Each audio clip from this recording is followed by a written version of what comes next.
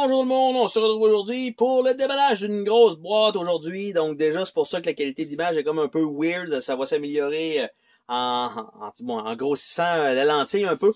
Et donc, Return to Dark Tower, c'est une très grosse boîte épaisse comme ça, qui ne se touche même pas ensemble. Donc, je vais la flipper à l'envers pour la cause de vous montrer un peu.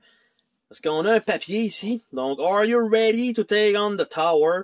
Donc, qui est un jeu coopératif, 1 à 4 joueurs, qui se joue avec une application obligatoire pour diriger la tour. Ça fonctionne super bien, de ce que j'ai pu voir, du moins, sur les gameplays.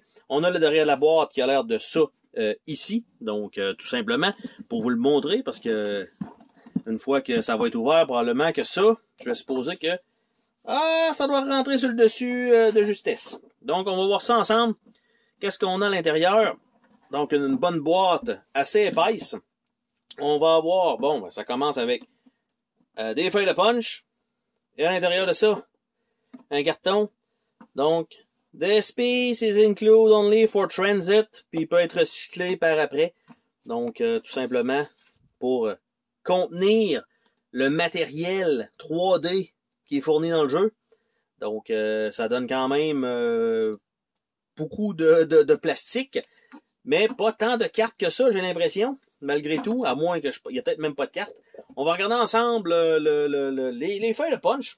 T'engages là, hein? Tu sais, on va regarder ça ensemble. Je vais nous zoomer ça un peu, pour qu'on puisse voir les feuilles de punch un peu mieux. Donc, et le livret d'instruction et tout ça. Donc, parce que, comme le jeu est géré par une application, c'est sûr que les cartes, il n'y en aura pas tant que ça.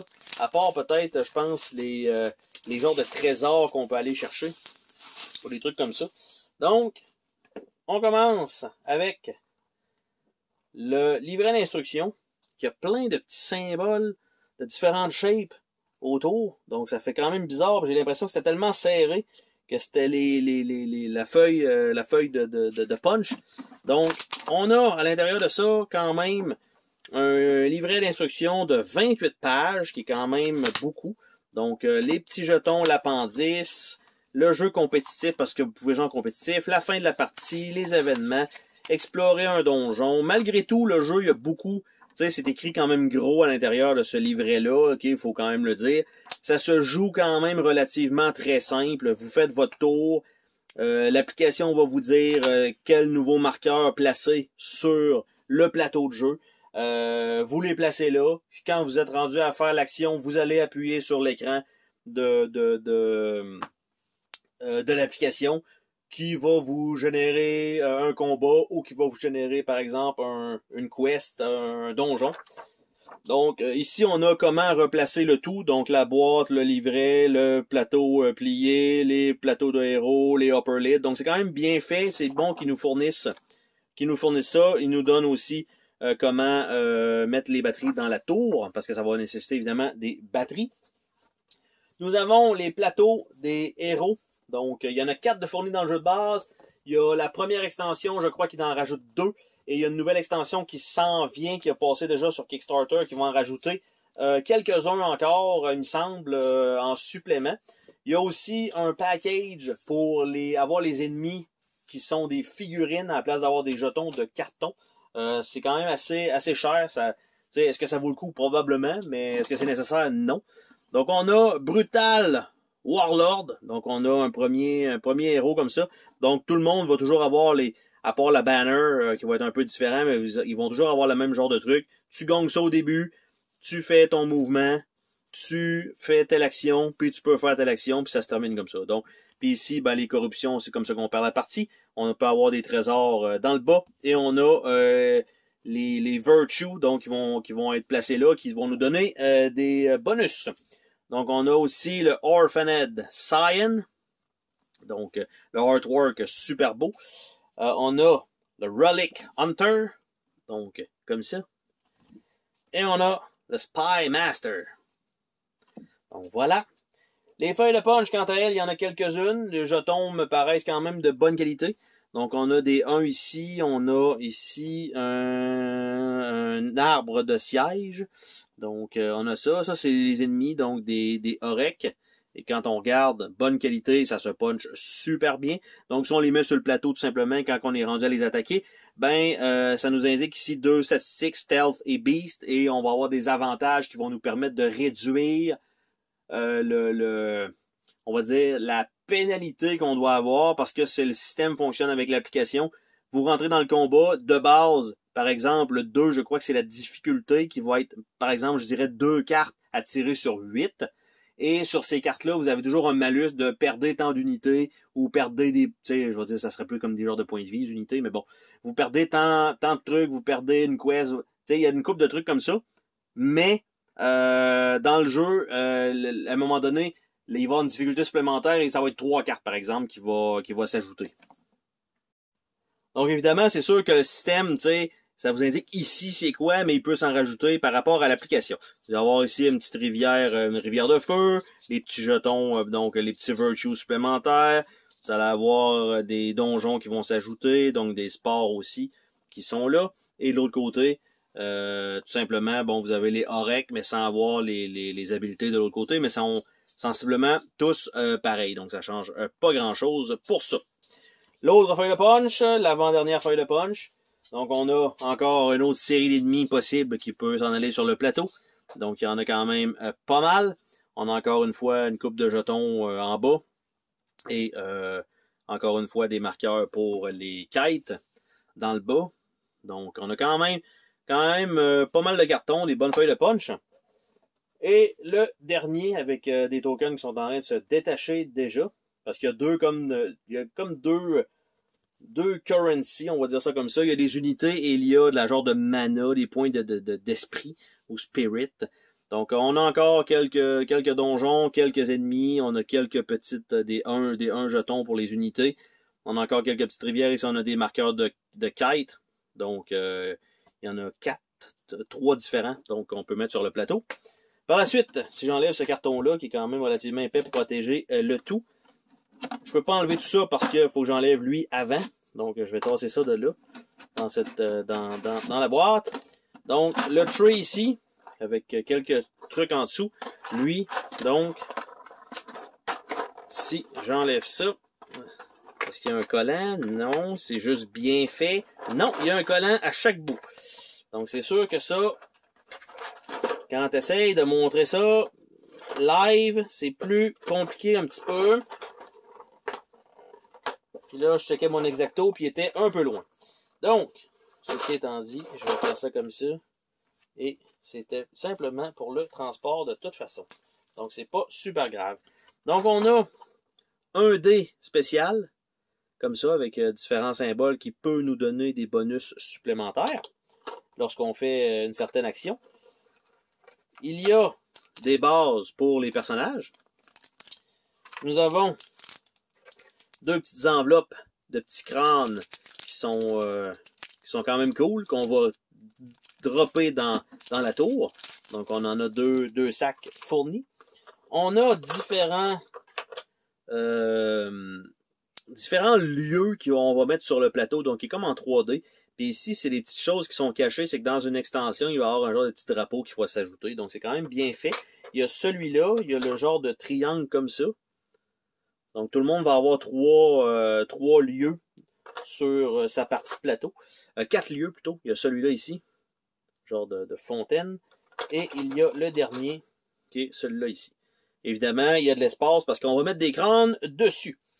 Donc, on a ça. On a 4 figurines. Donc, ils ont un petit washer dessus. Donc, donc là, on a le sillon. On a ici l'autre personnage. C'est sûr que, tu sais, vous pouvez tout simplement, vu qu'ils ont quand même bien pensé à ça, c'est que, au lieu, parce que j'y pensais là, en même temps, c'est que, tu sais, je me suis dit, ouais, mais pourquoi ils ont pas fait, genre, la figurine ou la base de la couleur du carton du personnage? Ben, en fait, c'est que si vous, par exemple, vous avez toujours habitué que tel joueur joue toujours le vert ou tel joueur joue toujours le bleu, ben, vous allez pouvoir mettre la base sur le personnage, mais utiliser le carton d'un autre, tu sais. Vous n'êtes pas obligé d'utiliser le carton bleu nécessairement. Donc ça, c'est quand même, c'est bien. Je trouvais ça un peu niaiseux au début, puis finalement, je me rends compte que ça vaut le coup. Donc ça, c'est bien. Par contre, c'est sûr qu'une fois qu'on doit rentrer ça dans ce tray-là, présentement, je dirais que c'est assez à la serre. Parce qu'ici, de ce que je vois, il y a des compartiments pour mettre beaucoup de jetons. Donc, ça comme ça, je vais le mettre de côté ici. Donc ça, ici, c'est un énorme plastique qui protège des sets de cartes, des sacs, un set de cartes, la tour elle-même, la massive tour avec les portes qui vont faire tomber des têtes de squelettes. Dans la partie, il va falloir en enlever, il va y avoir des genres de glyphes comme ça qui vont allumer à certains endroits. Donc, c'est comme ça que ça va se passer parce qu'à l'intérieur, la tour, elle va tourner aussi. Donc, c'est une pièce d'ingénierie. Et on a donc des batteries à mettre, 3 batteries. À l'intérieur de ça, on a ici le petit trou pour mettre le crâne à chaque fois qu'on a fini notre tour. Donc ça, c'est quand même cool. Et ça s'illumine aussi.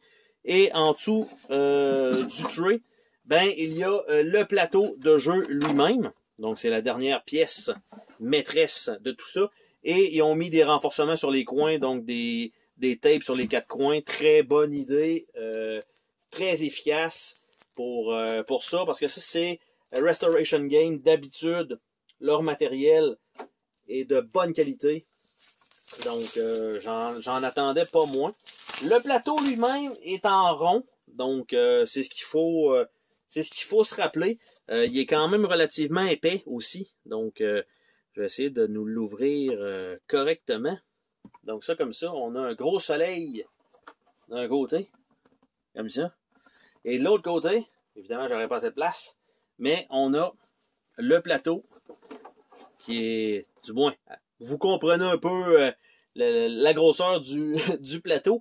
Il y a plusieurs zones et c'est délimité par une rivière, donc ça va être un cadran. Donc on voit que c'est l'ouest avec le W au bout. Donc il va y avoir un joueur qui va être là, un joueur à l'est, un joueur au sud, un joueur au nord. Si vous jouez solo, vous devez mettre quand même les petits bâtiments parce que ça se peut qu'il y ait des crânes qui tombent ailleurs. Parce que vous pouvez vous déplacer quand même partout. Donc il n'y a pas vraiment d'impact pour ça. Vous traversez la rivière, vous, très très très facilement. Donc, et on a donc les emplacements visibles pour mettre les trucs dessus. Il y a des noms pour mettre les quests éventuellement. Et la tour, bien sûr, va aller debout en plein milieu. Donc, ça pour le plateau de jeu. Donc, évidemment, je ne vais pas tout remettre dans la boîte par la suite parce que je vais devoir suivre pas le training, là, mais le papier qui est fourni pour pouvoir remettre ça exactement dans le bon ordre. Chose que je n'ai pas le goût de faire là live parce que ça va être un peu trop long. Par contre, on va quand même regarder les cartes ensemble. Donc, on a des cartes trésors. Il y en a un certain nombre. Les cartes n'ont pas de finité. Par contre, elles ont quand même une bonne épaisseur. Donc, on a le Golden Mace of Azkul. On a la Lamp of Darkness. On a Azkul Idol.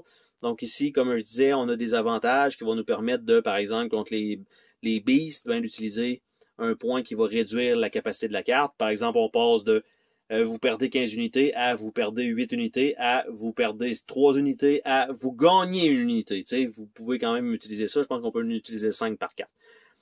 Oak Stone Bow. Après ça, Scroll of the Great Serpent. Quand même une belle image. Scroll of the Twilight Shadow. Scroll of the Burning Sand. Après ça, Hallowed Reliquary. Crown of Axel. Axel Banner. Camarilla Carpet. Acorn of the White Oak. Parce que je me tourne la tête sur le côté. Donc, Neck Ace of Haggling. Axel Horns, Spear of Adish, Tears of the Shadow, Axe of Soul Rending, White Cauldron, Amulet of the Marid, Lamp of Hope, Cloak of Stars et Circlet of Conviction. Donc, on a ça. Par la suite, on a une série de cartes ici. Donc, les brillants. Donc, Stealth Humanoid 2. Et on a de l'autre côté, When Battling, il va y avoir des choses donc, qui vont être là. Donc, c'est tous les ennemis. Donc, les brigands, les Orek, les Spine Fin, Shadow Wolves, Frost Troll, Widow Maid Spider. Puis en début de partie, vous allez devoir sélectionner un par niveau aussi. Donc, des lémures, Clan of Nuri, Mormo, Dragon, Striga, Titan. Après ça, Isa the Exile, Utuku the Ice Herald, Bane of Omen, Gaze Eternal, Grave Maw, Ash Rider, Empress of Shade et Lingering Wrath. Parce que vous allez avoir aussi des scénarios donc dans l'application qui vont être définis, donc quel scénario vous voulez faire, et évidemment les monstres que vous allez prendre et le méchant que vous allez prendre va faire varier la partie. Par la suite, on a des personnages qui peuvent nous aider, dont As the Companion ou en événement, Zeta the Ifrit, Yana the Assassin, Vassa the Divine, Thomas the Scout, Nimet the Phantomless, Miraz the Horse Lord, Letta the Dryad, Akan the Artificer, Grigor the Unbreakable, Gleb the Outlaw King, et de l'autre côté, ben, ça nous donne des bonus. Donc, et on voit un peu plus évidemment le personnage, donc, qui est là. Donc, c'est quand même, encore une fois, superbement illustré. Donc, on a ça. Il nous reste les micro-cartes à regarder ensemble. Donc, il va y avoir une petite série de potions que je vois là. Il y a deux petits paquets de cartes. On a des tests de sacrifice, on a des tests de compassion, on a des tests de prouesse, on a des tests de valeur, on a des cartes de corruption qui sont pas bonnes, on a des cartes de potions, on a une autre série de cartes de petits decks que je nous ouvre ça en même temps. Là, vous le voyez pas, mais je vais vous les montrer de toute façon par la suite. Une série de potions encore. Donc, je vais les mettre dans le bon ordre, comme ça. On a des objets clés de quest qu'on va aller chercher, qu'on n'a pas besoin de mélanger. Et on a des gears. Donc, on va commencer par les tests de valeur. Donc, ça a l'air de ça ici, les genres de cartes. Et donc, Protect the Radiant Castle. Win Hagen's Tournament. Impress the Winter Fae. Activate the Ley Line. Donc, c'est genre des genres de petites quests supplémentaires. On va regarder les potions. Donc, qui ont l'air de ça ici. Donc, on a Potion of the Golden Sun. Donc, 2 fois, 3 fois. Potion of Fortune Favor. On en a 3. Potion of Purify Breath. On en a 3 probablement. Potion of the Siren Song. On en a 3. Potion of Dragon Teeth. On en a 3. Potion of 1000 Stride. On en a 3. Donc, ils ont tous des effets différents. Il va en avoir un certain nombre par partie. Après ça, les tests de sacrifice. Lay Pavlov's Ghost to Rest. Consecrate Acartus. Repair the Weeping Dam. Supply the Watchtower.